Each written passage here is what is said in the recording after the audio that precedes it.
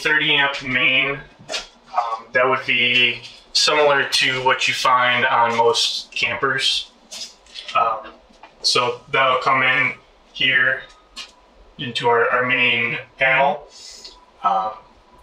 That's 220, so you've got 2 phases and a neutral and ground, obviously.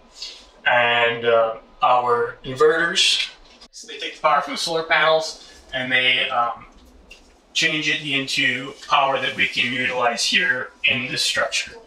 So that gets fed back into the panel, and we're gonna have a bidirectional meter. Meter is how you pay for electricity. It's how much you use. So it'll get fed back into the grid, and that'll offset our cost for the service here. Is there kind of a thing like for ventilation that they need? Because do they give off heat necessarily?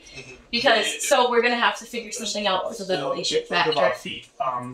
So they're made to go under the solar panels, but they're inside now. So we gotta work with what we got. I would imagine that they can, because they're out in the sun under a big,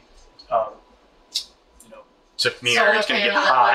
I would think that they would be okay, but we could maybe do a heat calc and see if we need to put in some ventilation and cooling fan. Yeah, they're really just there right now because it used to be somebody else's capstone project. Right. So for easiness and just being able to mess with everything, it would be way harder to throw those under the solar panels if something went wrong.